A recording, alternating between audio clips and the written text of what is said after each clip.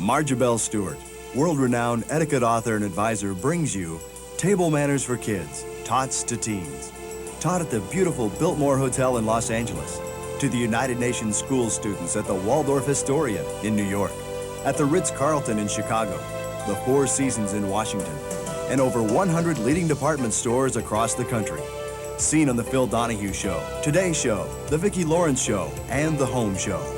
And written about in leading national publications like People, Time, Newsweek, and Town & Country. This etiquette course is the same one taught by Mrs. Stewart to the children of presidents, ambassadors, and dignitaries from around the world. The Biltmore recently graduated the 1 millionth student in International Petite Protocol. Mrs. Stewart's is the oldest and most prestigious etiquette program for children in the world. We'll sit in on an actual class in Mrs. Stewart's gracious Victorian mansion and accompany our students, the tycoons of tomorrow, to their first formal dinner, much like the dinners they'll someday enjoy when they attend state dinners at the White House. The children have arrived. Let's listen in as Marjabelle Stewart, the Empress of Etiquette, introduces children just like you to the art of dining.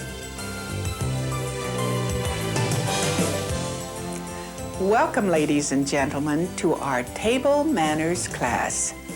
We will begin today by teaching you how to set the table. Are you ready?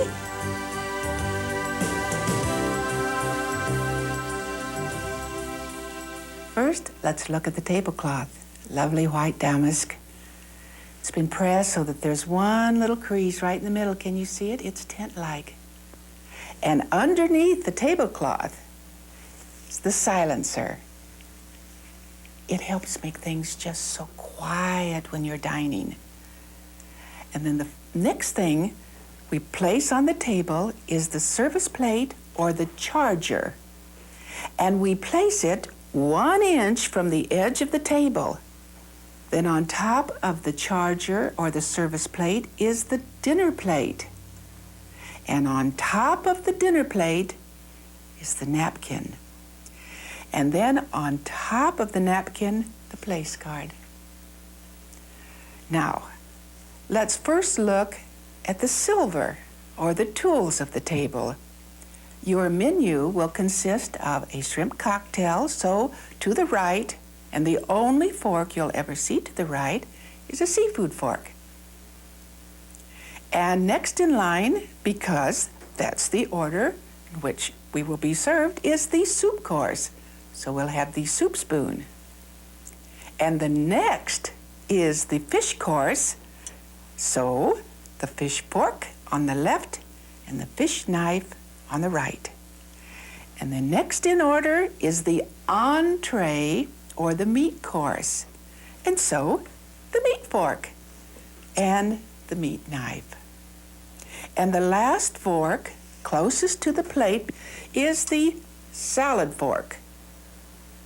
Now, above the plate to the left is the bread and butter plate and the bread and butter knife. Above the plate, the pepper shaker and the salt cellar. Now, to the right are the goblets or the crystal. And above the dinner knife, right at the tip, we place the water goblet. And because you will not be using all of the goblets, let's move those off just for now, please. All but the champagne glass, which we will use for ginger ale and use for toasting during our wonderful luncheon. So now, there we are. Now, after we have had all of this wonderful seafood and soup and fish course and salad, this plate would be removed, and in front of me and in front of you at our luncheon would be placed a dessert plate with a finger bowl. And we would then remove them and lift up and be all ready for the dessert.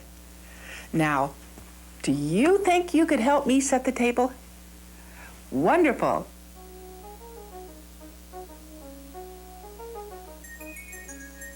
And now let's set the table. Please may I first have the service plate, the dinner plate, and the napkin. And look at that, she measured exactly 1 inch from the edge of the table. May I now please have the dinner knife? Perfect. And you even turned the blade in. And now may I have the fish knife? Perfect. And it too has the blade turned in. Now I need the soup spoon. Do you think you know where to place it? How did you know that? That's great. And the first course will be the shrimp cocktail, so the seafood fork goes right, and you rested it right in the bowl. That's perfect. Now may I please have the salad fork? Who has the salad fork?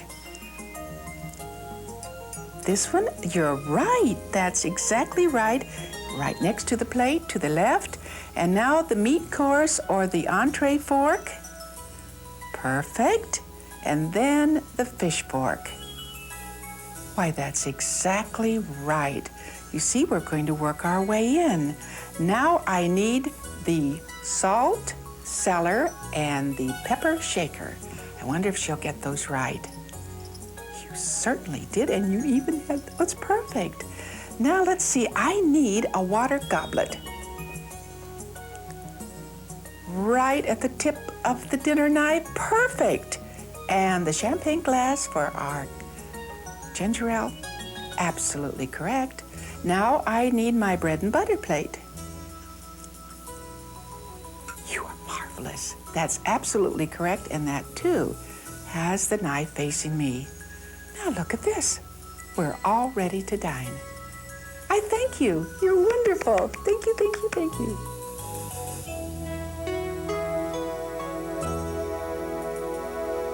Let me now introduce you to the table manners. First of all, when you sit down, make sure that your posture is perfect, that your one hand edge away from the edge of the table makes for perfect leaning. And then the next thing, wait to see when the hostess picks up her napkin. Don't touch a thing until she does. First thing that you'll do is pick up the place card. And oh, look, you've made it out to grandmother. You can do that, you know, for your family gatherings, anniversaries, holidays. Say, Mother, may I make some place cards? Now you place that right above you. Then, with your left hand, pick up the napkin by the edge. It will unfold into your lap, and look how large the napkin is.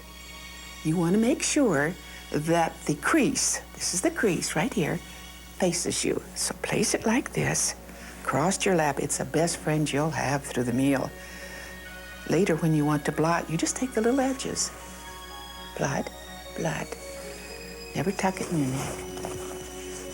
Now, we're all set to begin, and now let me introduce you to the goblets. I'm going to remove 3 of them: the sherry, the white wine, and the red wine glass.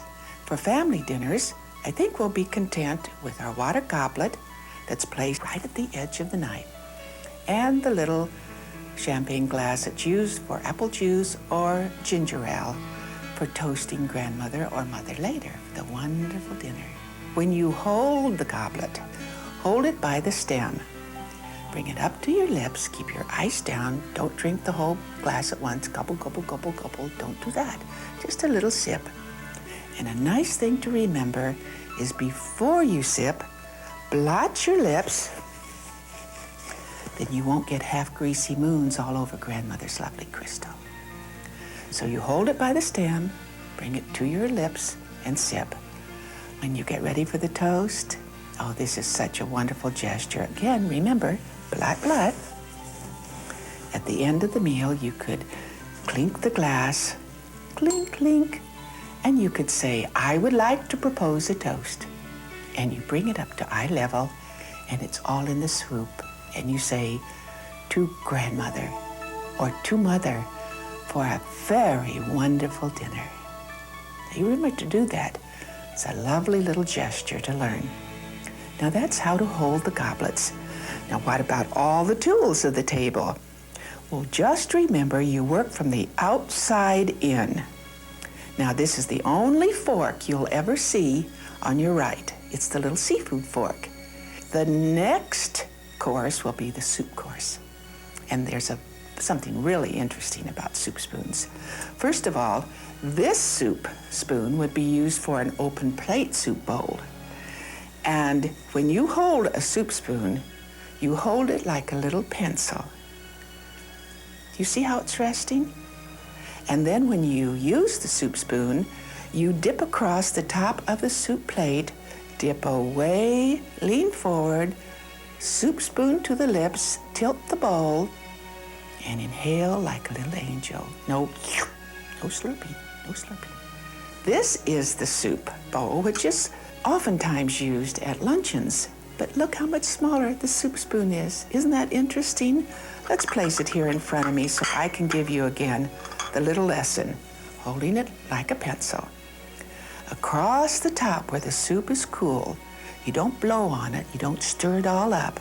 You just dip away, lean forward, the soup comes to your lips, and you tilt the bowl.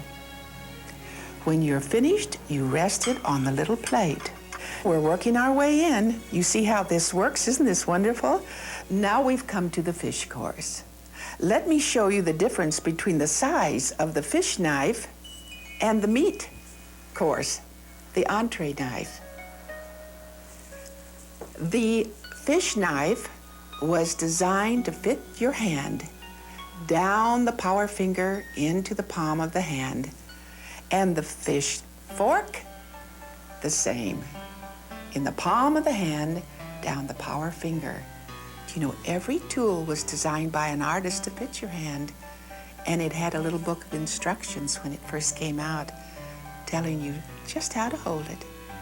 Now, curl the fingers around, turn your hand over, and bring the knife and the fork to your food. Keep your elbows close to your body. You don't want them flapping like little ducks. And posture is straight. You secure the food, stroke it, rotate the wrist. It's all in this wrist movement. Up to the lips. The mouth goes open, the lips go open. Keep the lips closed, and you'll never get puppy sounds. If the lips are open, you get those terrible smacks. Don't ever do that. Now you stroke, rotate, food to the lips. Lips are closed, and you chew. When you wish to rest, the knife and fork go across the plate like a V. And when you have finished, you bring the fork and the knife together at 4 o'clock. That's called closing your doors. Then the waiter will say, oh, they finished that course, and I can remove that plate. Now, never, ever leave your knife and fork hanging out like little oars in a boat. And never, after you've used them, put them back on the table. Now, we've closed our doors, and the next course would be brought in. At this time, the charger plate and the fish plate would be removed, and a new plate would be placed in front of us, probably a nice warm plate. Now here we are graduating down to the entree. But first of all, between the entree and the fish course, we might have sorbet. The sorbet is served to cleanse your palate. It makes your little palate go pop, pop, pop, so you'll be able to taste the next course. So it's not a dessert. You pick up the little spoon, again with your right hand. You may hold the stem if you feel more secure, and take just a little tip and put it in your mouth. Let it rest on your tongue, and then proceed. You may eat all of it if you'd like. Then rest the spoon not in the sorbet glass, but on the plate. Now this will be removed, and we will now have our entree. Now I'll just place this right here for the moment. And now we've come to the meat course, or the entree. Knife and fork are held exactly the same way as the fish knife and fork. But now I'm going to introduce the American style as well as the continental style that we used with the fish course. We turn our hands over, we stroke the meat, and if we're eating continental, the fork is still held in the left hand, tines down. The meat is brought to our lips exactly like the fish course. Very nice. But if we want to eat American, or it's called zigzag, because we switch the fork from our left hand to our right hand. In that case, the meat knife goes across the top of the plate, blade facing in. And the fork is changed to the right hand, and it becomes a little shovel. Then you pick up the meat and the vegetables. And if you're going to rest, you may rest it in this position, just as it would come down.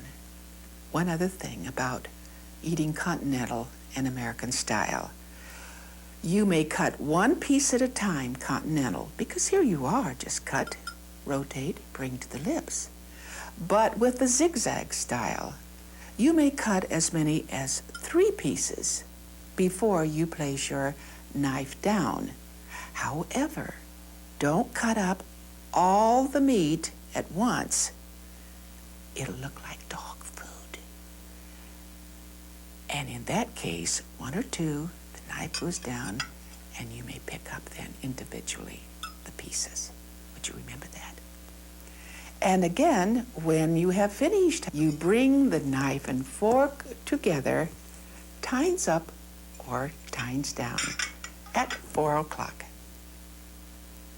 Now, can you remember that? You may eat either continental, which is cutting the meat, bringing it to your lips with the tines down, or you may eat American, switching it to your right hand, tines up. Both ways are correct. But if you're going to just start to learn, I suggest continental. You can dine anywhere in the world if you eat continental, which, by the way, was early American. It was later that we were zigged and zagged to slow down our granddaddies because they were going gobble, gobble, gobble, gobble, gobble. So they said, well, we'll just put in 1 extra stroke and slow down those Americans. So both ways are correct. But again, practice, practice, practice if you're going to eat continental so that you're very comfortable with it. And now we're down to the salad course. This is the salad fork. And do you notice it has a little tip out of the tine? That will help you pick up the little slippery pieces. You hold it in your right hand, again, like a pencil. And now, before I use it, I would like to show you how to use your salt cellar. You pick up the little spoon. Let's say your salad needed a little salt. Tap, tap, tap, tap, tap, tap. If you wish to use the pepper shaker, pick it up, and again, tap, tap. Now, if someone would ask you for the salt and pepper, you would pass them together just like a little couple. Always move them together. Now, with the salad, you will pick it up, bring it to your lips, keeping the fork in the right hand, and when you have finished, leave the fork on the plate again at 4 o'clock. Now, with the salad, we might like to try some of this lovely hard roll. You pick it up, you break off a piece the size of an olive. Yes, an olive. And then pick up your bread and butter knife, pick up a little of the butter and butter that little piece. Place the knife back down and then bring it to your lips. You never want to bring the whole roll up and butter it like you're wallpapering and eat from the edge of your hand. Just remember, break off the size of an olive. And now we've come to the dessert course. Dessert may be served to you with a finger bowl. Yes, it'll be placed right in front of you, And in that case, you will remove the dessert spoon to your right, the dessert fork to your left, and then you will pick up the finger bowl with your right hand, picking it up with your fingers, like a little pincher, pick it up, and with the left hand, pick up the doily and place it right above the dessert fork. Now that will be used after you have had your dessert. Now, the dessert may be brought to you in a separate little plate, or you may have to serve yourself from a dessert tray.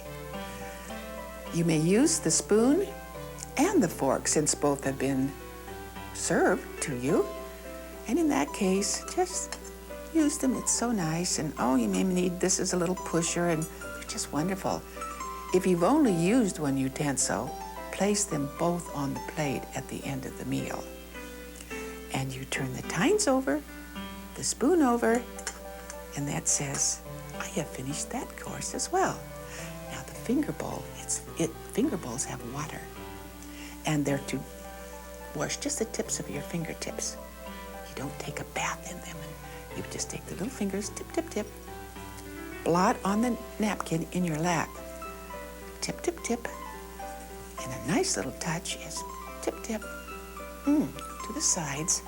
Then bring up your napkin. How marvelous. Now we've had all 5 courses, and we will be able now to put this all to use when we take you out for your formal luncheon.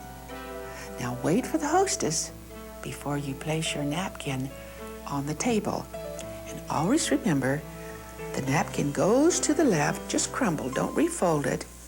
And when she places it there, that means the meal is over. So you do the same. If you leave the table during lunch, you would say, "Excuse me, please," and you would place a napkin on the seat of your chair. Will you remember that? I think we're ready.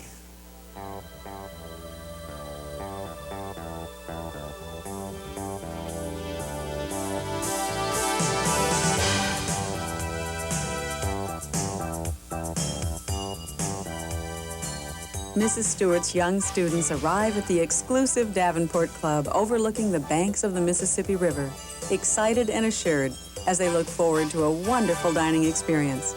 They know their lessons in etiquette will allow them to dine anywhere with confidence and style. The young gentleman pulls out the chair for the lady on his right, using both hands for a smooth and secure move. The young lady moves in until she feels the front of her thighs touch the edge of the table. The gentleman pushes the chair in, just until it touches the backs of the young lady's thighs. When she feels the edge of the chair, she sits and with both hands grabs the seat of the chair and does a final tuck. And now I will move into the table. Scotty will touch my legs, perfect. Down we go, and I tuck in one hand, and now Scotty will be seated. All right, thank you. The children watch Mrs. Stewart. They know they must wait for the hostess to pick up her napkin before they can place their napkins in their laps. Eyes widen as the children watch the waiters bring them their beautiful shrimp cocktails. Notice that the waiters always serve from the left and remove from the right. Once Mrs. Stewart has picked up her seafood fork, the children are free to begin eating. Let's see if you can pick up the shrimp, tip the little end into the sauce, and take a bite. Let me see you take a bite. When finished, leave your seafood fork on your plate, not in the bowl. Start a conversation with the person next to you as you wait for the waiter to clear the table.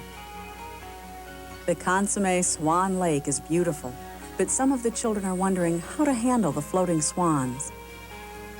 Push the little swan close to the edge of the plate toward you with your soup spoon.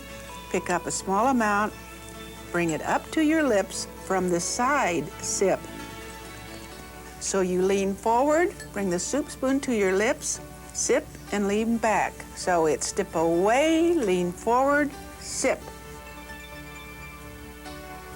The rolls look delicious, and nearly everyone wants to try them. It's tempting to pick up that roll and take a bite, But our diners remember to break off a piece the size of an olive, butter only the bite-sized piece, place the butter knife back on the bread and butter plate, and place the bite of roll in their mouths. Even though the rolls are so good, you must never ask for more rolls or butter.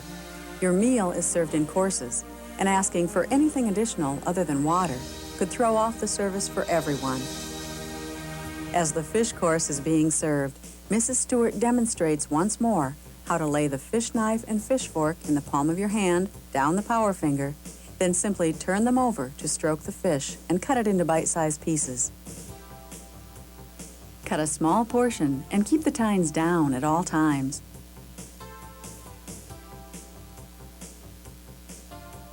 You can use the knife as a little pusher if you need to. Then bring the bite to your lips. Very good. When you have finished, remember to close the doors, bringing knife and fork together at 4 o'clock. This signals that you have finished, and the waiter can easily pick up the plate and silver together. The children are having a wonderful time, enjoying the marvelous food and delightful company, but they remember to blot their lips before taking a drink of their water or ginger ale. The beautiful sorbet and citrus cup is not a dessert, but a palate cleanser to prepare our diners for the entree. And the flour on top? The flour is edible. You may eat the flour. There are certain flours that are simply delicious. Take a small portion of sorbet on your spoon and place it on your tongue. You can feel how the sorbet wakes up your taste buds and readies them for the next course. In proper order, dining becomes an art, designed to keep every course tasting its best. When you've finished with your sorbet, leave the spoon on the small plate holding the citrus cup. The entree is a perfectly prepared chicken breast and Oxford sauce. Keep again the fork in the left hand down the index finger.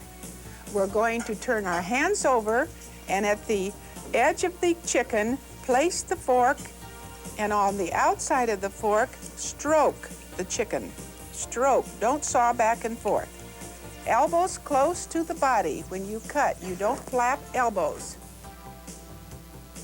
If you can keep your fork in your left hand at all times, you are eating continental style, and that is accepted anywhere in the world.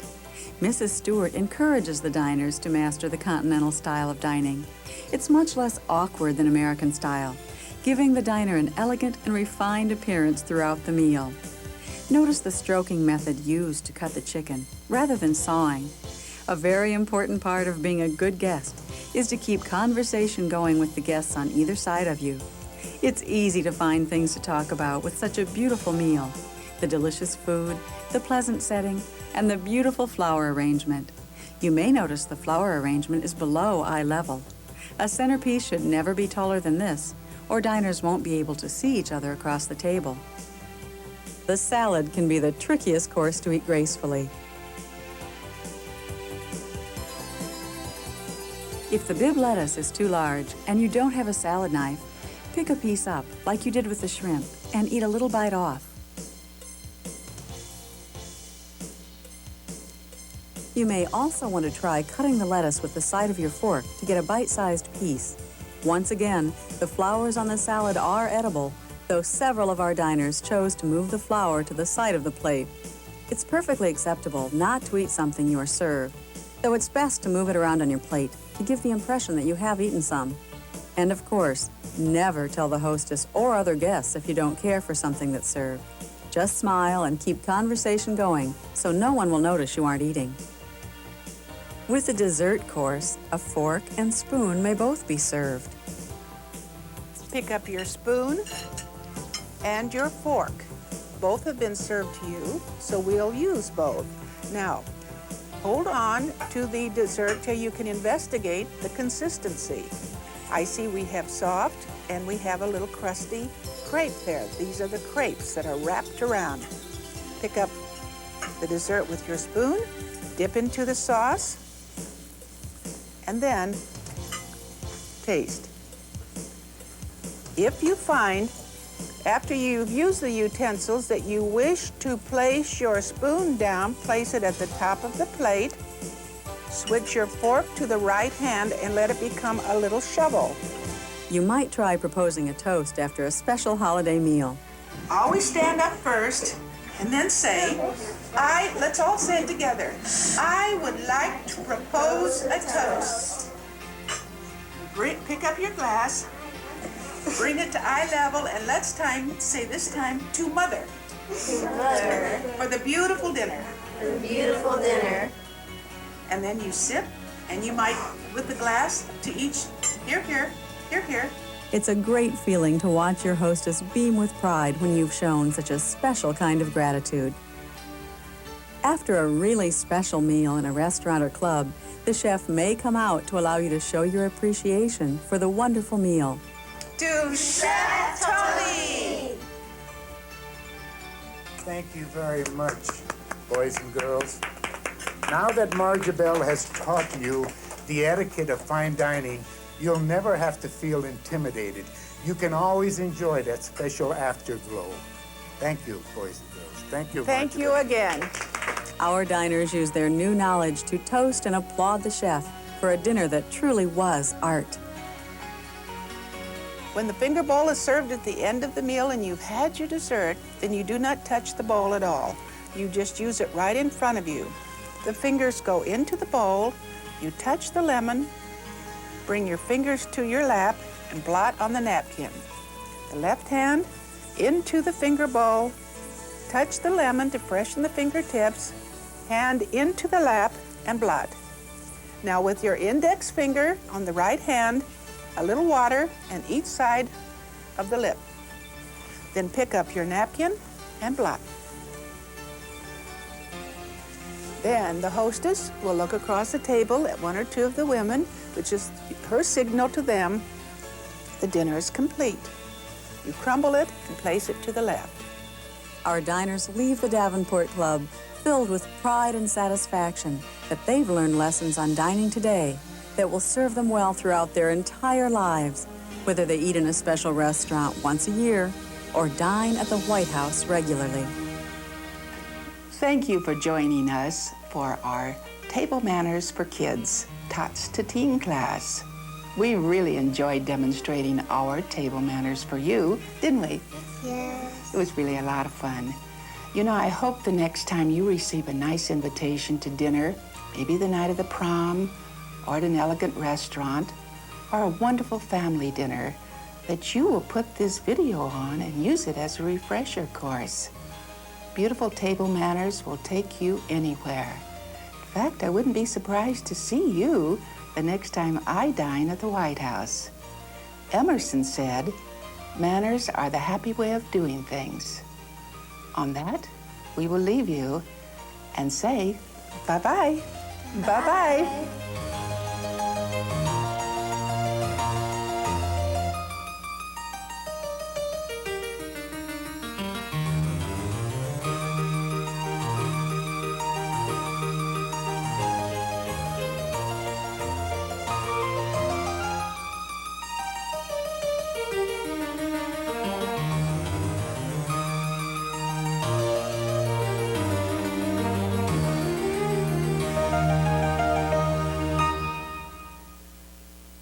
Why, Scotty, what is this? How wonderful. Thank you so very much.